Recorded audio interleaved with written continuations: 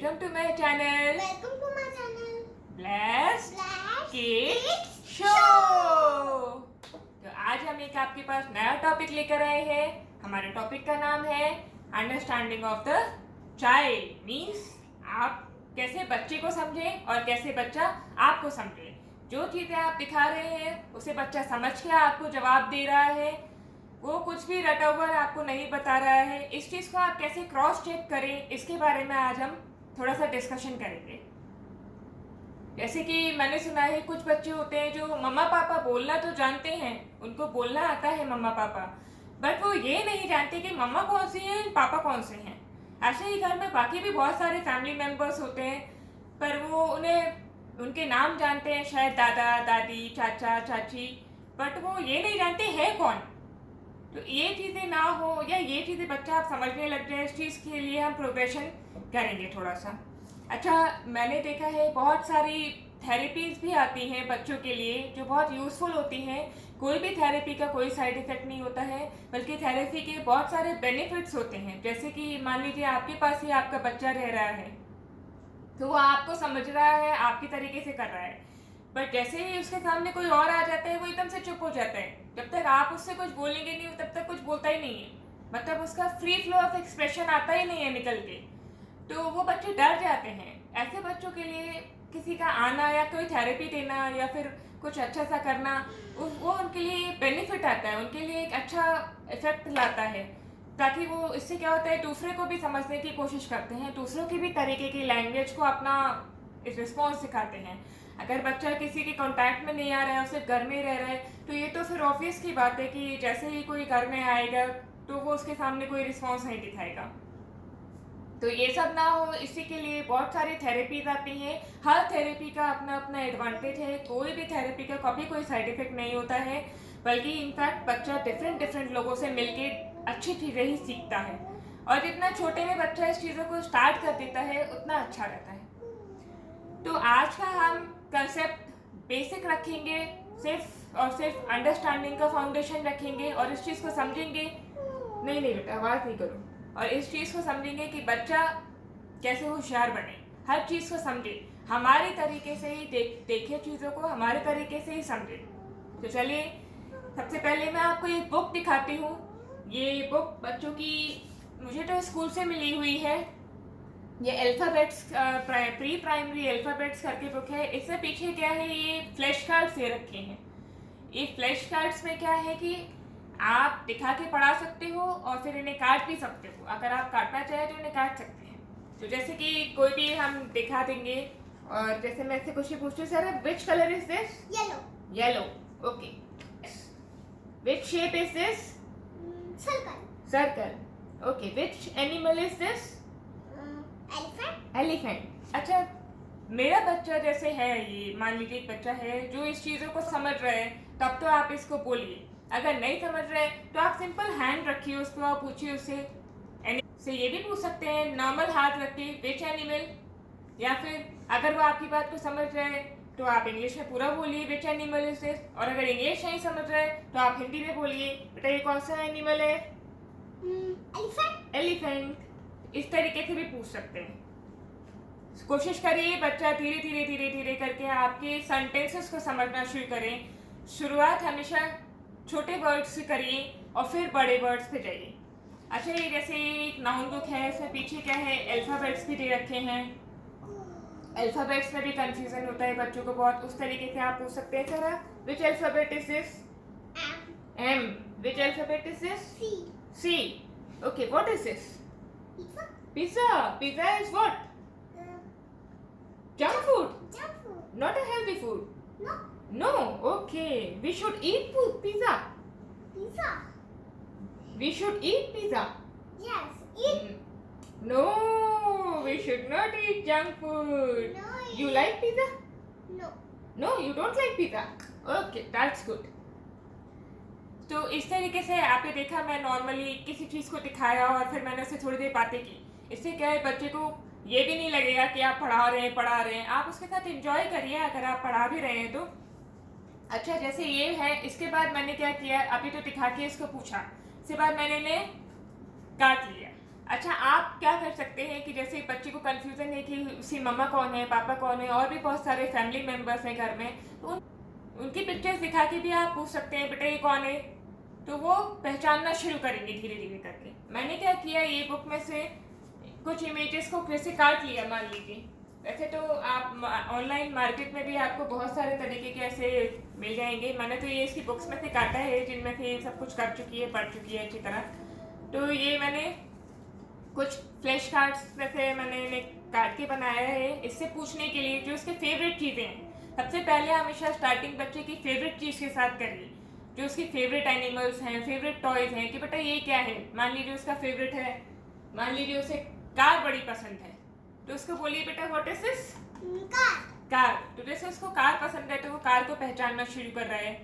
जो भी उसका जैसे उसे चॉकलेट्स पसंद है तो चॉकलेट का रैपर ले लीजिए, वो दिखाइए बेटा ये क्या है, तो वो बताएगा आपको ये चॉकलेट है।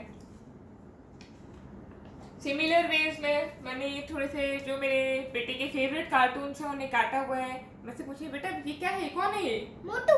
मोटू ये क्या खा रहा है, ये समोसे खा रहा है। इसका फेवरेट है समोसे। हाँ, ये ना समोसे ही खाता रहता और कुछ नहीं खाता। ओह अच्छा, ये कौन है, ये है चिंगम। चिंगम, ये क्या करता है, ये ना चोर को पकड़ता है। चोर को पकड़ता है, उसकी गन में से क्या निकलता है, गन में से नारियल। नारियल निकलता है, और फिर क्या होता है, और फिर ना वो चोर के ऊपर नहीं मारता, अपने ऊपर ही गिरा रहता है। अब आपने देखा, इनको जो कार्टून्स पसंद है उनको ये डिटेल में जानते हैं अच्छी तरह। तो ये पूछिए, ये अच्छी बात है, बच्चे को कुछ याद है, मतलब वो एक कैरेक्टर के बारे में जानते हैं इतना कि वो आपको बता सकते हैं। जैसे मान लीजिए एक और ये कैरेक्टर ले लेते हैं, बेटा ये कौन है, ये है पतलू। पतलू, अच्छा इसके बारे में बताओ मुझे कुछ। ये ना साइकिल चलाता रहता और ना ये ना चाय पीता रहता और कुछ नहीं करता। ओहो, एक समोसे खाता रहता है, एक चाय पीता रहता है ना। अच्छा ये वाला कौन सा एनिमल है, ये तो पिग्गी है। पिग्गी है, अच्छा इससे कोई कार्टून याद आया आपको, हाँ? कौन सा, ये ना पैसे खाता रहता है और कुछ नहीं करता।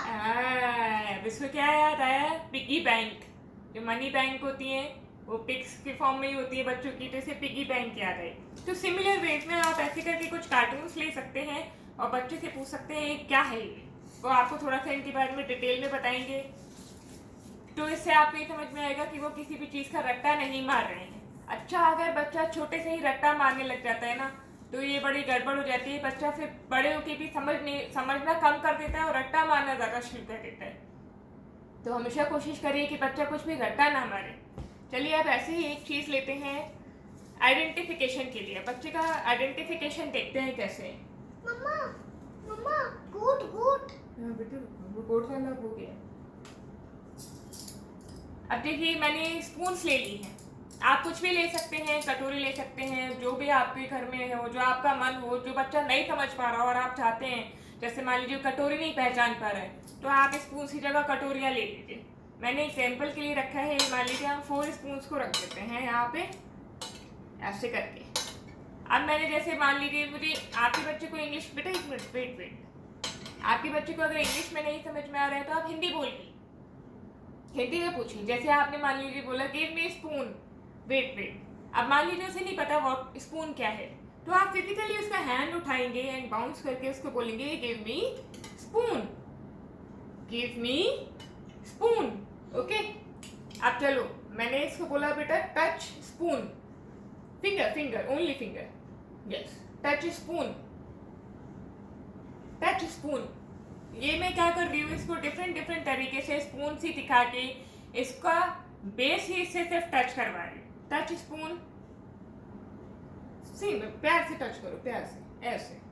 तो now give me all the spoons, yes. जिस तरीके से मैंने बच्चे को स्पून का आइडेंटिफिकेशन करवाया है, आप किसी भी उस चीज़ का आइडेंटिफिकेशन करवा सकते हैं जिसे वो कम समझ पा रहा है और आप चाहते हैं कि वो आपकी तरह उस चीज़ को समझे। तो आप कुछ आइडेंटिफिकेशन के लिए बॉडी पार्ट्स लेते हैं। कुछ पेरेंट्स स्टार्टिंग में बोलते हैं कि उनके बच्चे को बॉडी पार्ट समझ में नहीं आ रहे, तो हमेशा बॉडी पार्ट्स में डिफरेंस रख के समझाइए बच्चे को। ये नहीं है कि आप जब फर्स्ट टाइम उसको इंट्रोड्यूस करवा रहे हैं बॉडी पार्ट्स, तो आप उसे क्या करवा रहे हैं, आइज, नोज, ईयर, माउथ, तो ये तो सब कुछ इधर ही आ गया ना, तो बच्चा तो कंफ्यूज हो ही जाएगा।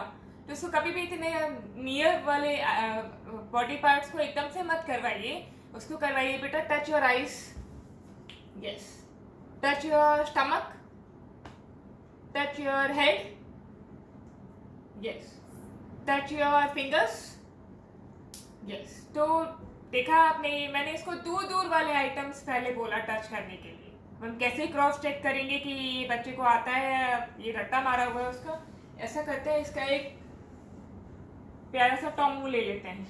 इस टॉमू को मैं बोलेंगे बेटा touch nose of your tummy, yes. अब अगर आपका बच्चा पूरी ये सेंटेंस को नहीं समझ पा रहा है तो आपने क्या बोलना है, touch nose, yes, touch eyes, yes. तो ये बच्चे ने रट्टा नहीं मारा हुआ है। Now touch stomach, yes, touch legs, yes. तो ये बच्चे ने बता दिया, तो ये बच्चे ने बता दिए। अब मैं अपने ऊपर करवा के देखती हूँ बच्चे को पता है या नहीं। अच्छा, touch my eyes, touch my hairs,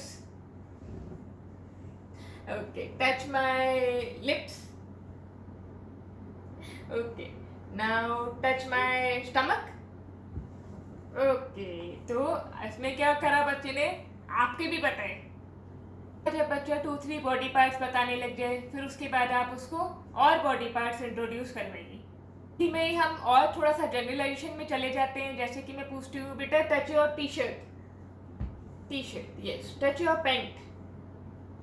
तो ये और जनरलाइजेशन कर दिया। मीन्स अब आपने बॉडी पार्ट में क्या लगा, touch your hair pin, hair pin का है, यस। तो ये और जनरलाइजेशन पे आ गया। जब बच्चे को बॉडी पार्ट्स आ जाए, फिर धीरे धीरे करके आप इन पार्ट्स में आ सकते हैं। अब मैं चाहती हूँ कि मेरा बच्चा मेरी तरह समझे, मैं चाहती हूँ मेरी तरह ही चीज़ों को समझे। जैसे कि देखिए, ये चीज़ें सबके घर में होती हैं, इसमें कुछ भी नया नहीं है। शायद आपको सुनने में इंटरेस्ट है, बट ये आपके पास भी होता है, आप भी करवाते होंगे। जैसे कि देखिए, रिमोट है, बच्चे को सिर्फ यही पता है कि ये रिमोट है। उसने कभी नोटिस नहीं किया कि इसमें भी नंबर लिखे हुए हैं। जो नंबर्स हम लर्न करवाते हैं वो इसमें भी हैं। तो मैं इसको कैसे ये चीज़ें आप लर्न कराना सिखाऊंगी कि बेटा रिमोट में भी बहुत सारी चीज़ें हैं, सिर्फ ये रेड बटन के अलावा बच्चों को सब पता होना चाहिए। चलो, टच नंबर्स, कौन से नंबर दबाऊं? कोई सा भी दबा लो, नंबर्स तो सारे नंबर्स हैं,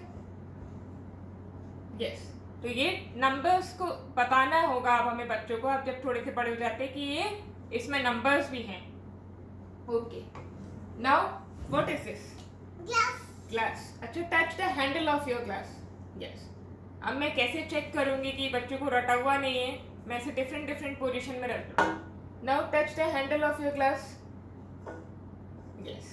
से घुमा के अपनी तरफ हैंडल करिए। वेट, इधर दिखाओ। Now touch the handle of your glass, yes. उससे फिर हैंडल से उठाया, तो मीन्स बच्चे को पता है हैंडल ऑफ द ग्लास क्या है। ये हमने क्या किया है, बच्चे को फीचर्स सिखाए हैं। चलिए एक और चीज़ ले लेती हूँ। जैसे कि ये सी कार है, बेटा touch the wheels of the car, yes. तो उसने व्हील्स को टच किया। Touch the roof of the car, yes. तो उसने रूफ को टच किया। अब ये मैंने उसको फीचर्स सिखा दिए। अब मैं क्या करती हूँ, बच्चे से बोलूँगी, वेट बेटा वेट। अब मैं बच्चे से बोलती हूँ, ये मुझे देखिए कैसे मैं उठाती हूँ, बेटा give me thing which have wheels, जिसमें व्हील्स होते हैं बेटा, यस। तो ये मैंने क्या किया, फीचर पूछा और बच्चे ने उठाया। मैंने पार्ट्स पूछे इसके, कार के। चलो, give me things which have numbers, yes. तो उसने मुझे रिमोट उठा के दिया। ये मैंने क्या किया, फीचर्स से बच्चे को आइटम बताया, आइटम पूछा। Give me thing which have handle, yes. तो पहले मैंने इंट्रोड्यूस करवाई हर चीज़, उसके बाद मैंने उसको क्रॉस चेक करने के लिए उसके फीचर्स से उसे उठवाया। अच्छा, अब मैं फंक्शन से पूछ के देखती हूँ, बेटा रोड पे कौन सी चीज़ चलती है, कार, ओके। पानी किससे पीते हो आप, गिलास से, ओके। और टीवी कैसे चलाते हो, रिमोट से।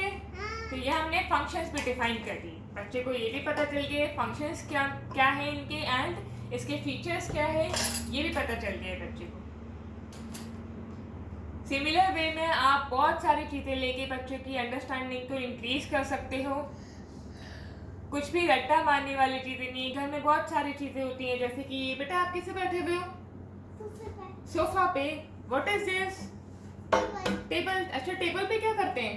टेबल पे खाना खाता है। खाना खाते हैं। अच्छा, हैंड से क्या करते हो आप? हैंड से हप्पू खाते हैं। फूड खाते हो? हाँ, food। और क्या करते हो? और झूले झूले। झूला झूलते हो। और हम पढ़ाई नहीं करते? पढ़ाई। राइटिंग करते हैं? हाँ। तो बच्चे को फीचर्स बताइए हर और चीज का। आई से क्या करते हो? आई से हम सब देखते हैं। हम सब देखते हैं। हाँ। सिमिलर वे में आप बच्चे को हर चीज समझाइए और हर चीज का फंक्शन जरूर डिफाइन करिए। जितनी जल्दी आप इन चीजों को इंट्रोड्यूस करेंगे उतनी जल्दी ही बच्चा हर चीज पे आ जाता है और आपकी बातों को बहुत जल्दी बहुत अच्छे से समझना शुरू करता है। तो आज मैंने सिर्फ बेसिक चीज़ों को लेके, घर में ही चीज़ों को लेके बहुत सारी चीज़ों से आपको ये बताया कैसे अंडरस्टैंडिंग को इंक्रीज कर सकते हैं। पिक्चर डिक्शनरी करके बच्चों की एक बुक आती है जिसमें पिक्चर्स बनी हुई होती हैं, आप उन्हें दिखा के बच्चों के लिए हर चीज़ को इंट्रोड्यूस कर सकते हैं और घर के ही चीज़ों से आप बच्चों को बहुत कुछ पढ़ा सकते हैं। सिमिलर वे हमेशा स्टार्टिंग बच्चों के साथ छोटे एरे से कीजिए, छोटे सेंटेंसेस के साथ कीजिए और फिर विद टाइम उनको पढ़ाते जाइए। ये ही अंडरस्टैंडिंग है और सिमिलर वे में बच्चे में इम्प्रूवमेंट आना शुरू हो जाता है। तो फिर आई होप आप लोगों को समझ में आया होगा। नेक्स्ट टॉपिक पे मिलेंगे, तब तक के लिए बाय बाय।